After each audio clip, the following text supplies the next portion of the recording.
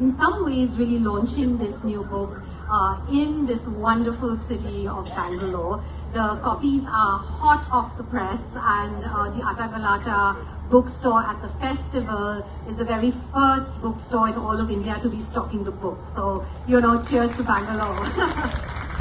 Returning to your question about, this idea of, I've been writing about different countries in the world.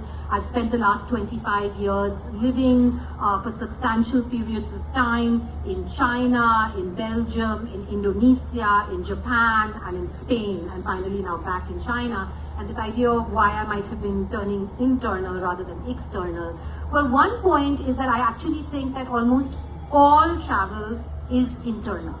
Even when we are externally moving or we are going from one place to another, I think the real consequence of travel in some ways is to make ourselves transparent to ourselves.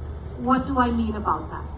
By that, it means kind of making your own internal norms, your own internal lenses obvious to yourself.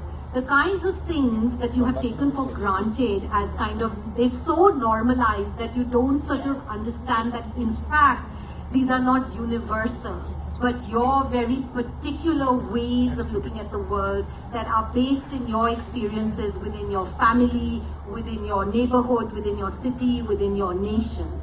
Those only become clear and apparent to you once you leave the comfort of that family, of that city, of that nation, and of that culture. So for example, I don't know, as a foreign correspondent, I would be in Beijing and I would be spending time with, say, a German colleague. And the German colleague would look at the traffic in Beijing in 2007 and say that, it was completely chaotic, that the Chinese didn't know how to drive, that they were switching lanes, and this was kind of causing them stress. Whereas I would look at the same traffic and I would think, my God, nobody's honking, there's no stray cows, it's almost like they're driving with robotic precision. Why is it that the two of us are seeing exactly the same thing?